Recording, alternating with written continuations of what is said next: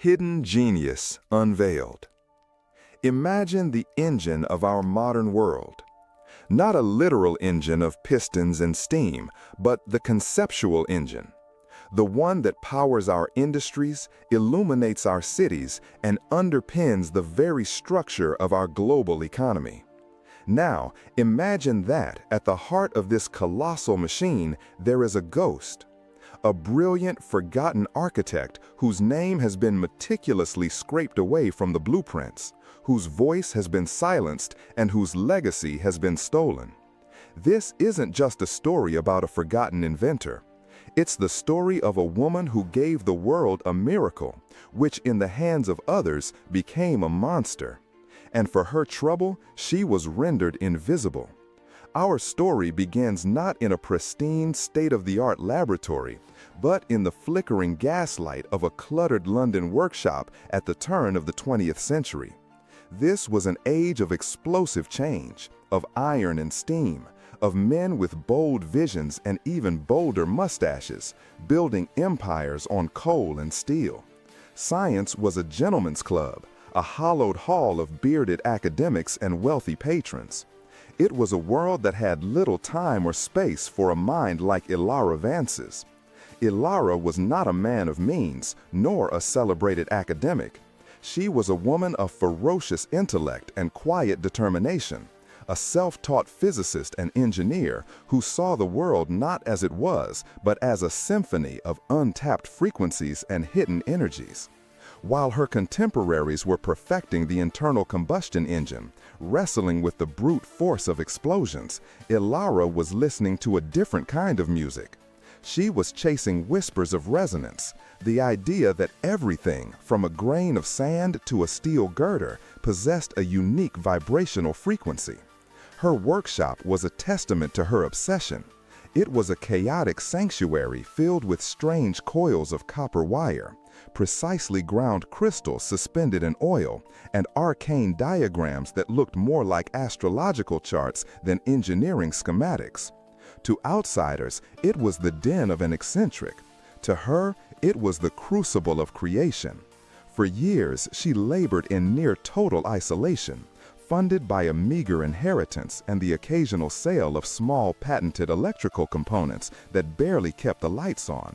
She endured the dismissive smirks of her male peers, the polite but firm rejections from scientific journals, and the societal pressure to abandon her unladylike pursuits for a more domestic life. But Ilara possessed a clarity of vision that bordered on the supernatural. She believed that if she could find the precise harmonic frequency of a material, she could influence it, excite its molecular structure, and unlock a virtually limitless source of a new kind of energy.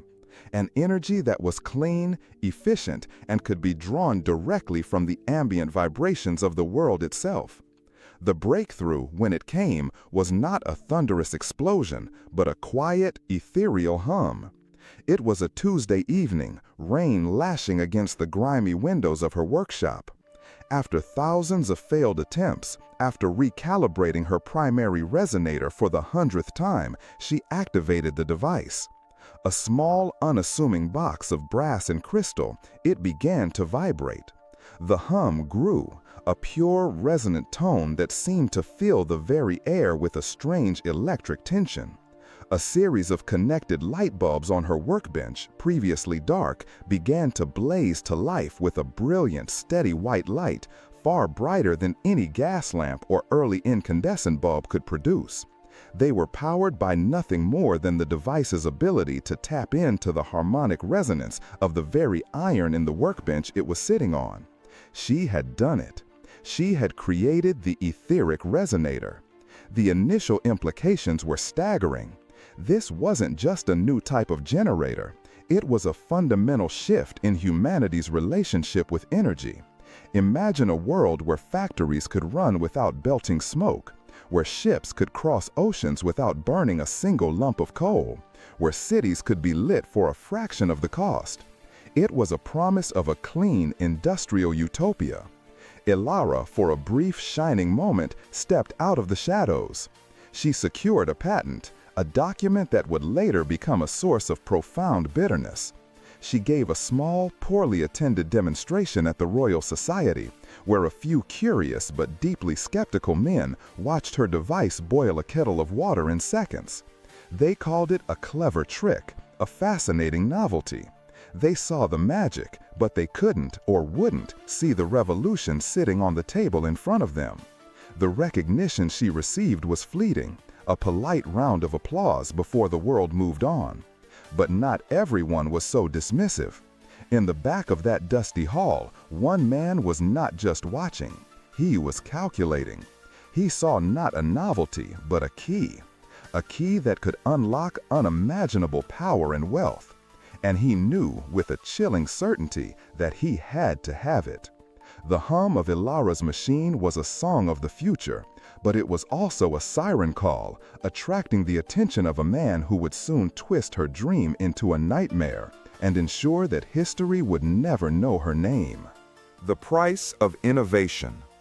The man in the back of the hall was Alastair Finch, an industrial magnate whose empire was built on the sweat of thousands and the ruthless acquisition of new technologies. Finch was a predator who smelled opportunity the way a shark smells blood in the water.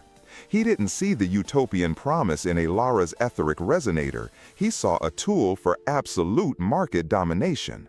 He approached her not with a thunderous offer, but with a silver tongue and a veneer of collaborative respect. He spoke of partnership, of shared vision, of giving her the resources and laboratories her genius deserved. To Ilara, who had spent a lifetime in isolation, starved of recognition and resources, his offer was intoxicating. He was the first person of influence who seemed to truly understand the magnitude of her creation. He painted a picture of a future where her name would be etched alongside Newton and Faraday. It was a beautiful, seductive lie. The partnership was a meticulously crafted trap.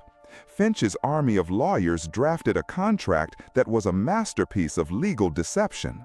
It spoke of licensing rights and manufacturing agreements, but buried deep within the jargon was a clause that transferred full ownership of the patent to Finch's corporation in exchange for a one-time payment and a small token royalty on the first 1,000 units sold.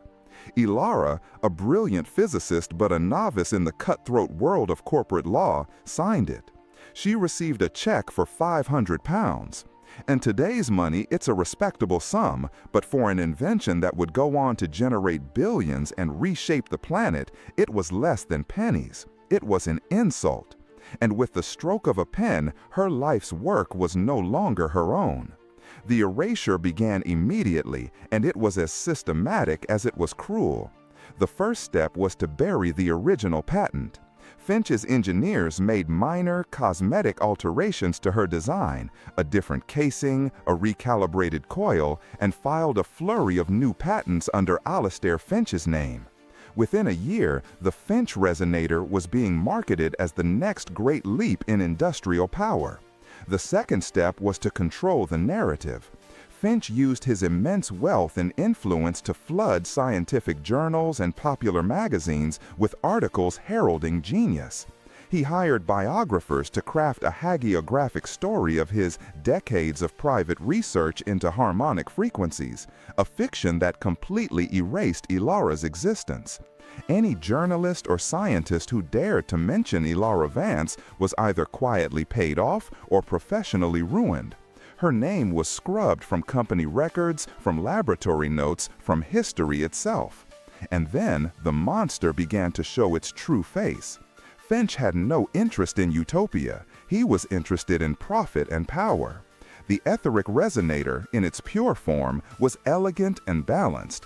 But Finch's engineers, under immense pressure to scale it up for heavy industry, pushed the technology far beyond its safe limits. They discovered that by overdriving the resonant frequencies, they could shatter rock, making it a terrifyingly efficient mining tool. The monster began to tear apart the earth, causing tremors and destabilizing entire landscapes.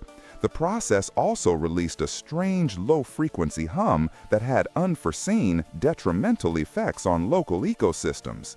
Then came the military applications. Governments quickly realized that a focused resonator beam could shake buildings to rubble or disable engines from a distance. Ilara's dream of clean, limitless energy was twisted into a weapon of war and the tool for ruthless exploitation. This was the true monster, not the technology itself, but what it became in the hands of men who valued power over progress. The very thing that was supposed to liberate humanity became a new kind of chain, fueling a more brutal form of industrialization, displacing communities and scarring the planet. Ilara Vance could only watch in horror from the sidelines. She tried to speak out, writing letters to newspapers and scientific bodies, but she was dismissed as a madwoman, a disgruntled former employee with delusions of grandeur. Finch's PR machine painted her as a hysteric, jealous of his success. She was a ghost, screaming into a void that refused to hear her. Defeated and penniless, she retreated into obscurity, a footnote in her own story. She lived out her days in a small, quiet cottage, the hum of the global machine she had created, the monster she had birthed, a constant, painful reminder of the future that was stolen from her. The world celebrated Alastair Finch as a visionary, a titan of industry. Ilara Vance was forgotten. The price of her innovation wasn't just £500. It was her name, her legacy, and her very place in history. Reclaiming her legacy. For nearly a century, Ilara Vance remained a ghost. Alastair Finch's version of history became the accepted truth, carved into the stone of monuments and printed in the pages of textbooks. The Finch resonator and its countless derivatives became the bedrock of global infrastructure, its monstrous aspects either ignored or accepted as the necessary price of progress. The world moved on, powered by a machine whose true origin was a closely guarded secret, a lie agreed upon. But history, for all its weight, is a fragile thing. It is an account written by the victors, and sometimes the losers leave behind clues, whispers waiting for the right person to listen. The rediscovery began, as it so often does, in a dusty archive. A young, tenacious historian named Dr. Eris Thorne was researching the less publicized industrial accidents of the early 20th century.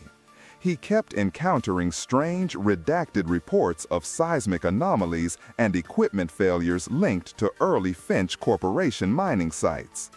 In a footnote of a forgotten lawsuit, he found a name that appeared nowhere else in the official corporate history: Ilara Vance. Intrigued, Thorne began a years-long obsession, a historical detective story that led him down a rabbit hole of sealed legal documents, forgotten newspaper clippings, and dead ends. The breakthrough came when he tracked down Ilara's great-grandniece, who, after much persuasion, revealed that the family had kept a secret. It was a locked trunk that had belonged to Ilara. Inside, beneath moth-eaten clothes, was the smoking gun, a collection of leather-bound journals. These journals were a revelation. Page after page contained Ilara's elegant handwriting, detailing her theories, her experiments, and her frustrations. They held the original, breathtakingly brilliant schematics for the etheric resonator, predating Finch's patents by 5 years. But more than that, they were a chronicle of her betrayal. She documented her meetings with Finch, his promises, the legal trap she fell into, and her desperate failed attempts to reclaim her work.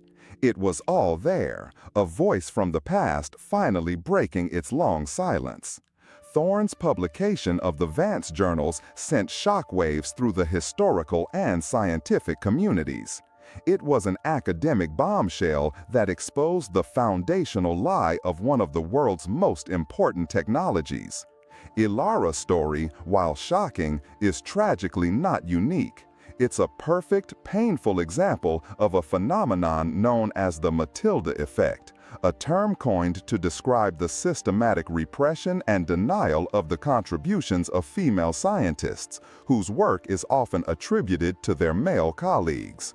Think of Rosalind Franklin, whose crucial X-ray photograph was essential to discovering the structure of DNA, a Nobel Prize-winning discovery for which she was never credited in her lifetime. Or Lise Meitner, a brilliant physicist who was a key part of the team that discovered nuclear fission but was overlooked by the Nobel Committee in favor of her male collaborator. Ilara Vance is a stand-in for countless invisible women whose brilliance has been absorbed and claimed by the patriarchal structures they were forced to operate within. Her story forces us to ask a deeply uncomfortable question: how much of our history is wrong? How many of the great men we celebrate were simply standing on the shoulders of forgotten women? Today, we live in the world that Ilara's monster built. The legacy of the resonator is complex and contradictory. It powers our lives, but its scaled-up, weaponized, and exploitative forms continue to cause environmental and social damage. Understanding its true origin doesn't just correct a historical injustice, it recontextualizes our entire modern world. It reminds us that technology is never neutral. It is shaped by the values of those who control it. Ilara envisioned a tool for harmony. Finch forged it into a weapon of dominance. The fight to have Ilara's name rightfully placed in the annals of science is more than just symbolic. It is a crucial act of reclamation. It is a statement that we will no longer accept a history that silences half of its voices. By telling her story, we are not just giving one woman back her name. We are challenging the very mechanisms of erasure and demanding a more honest, more complete account of how our world came to be. Her story is a powerful reminder that the most important discoveries we can make are sometimes the truths that have been deliberately buried.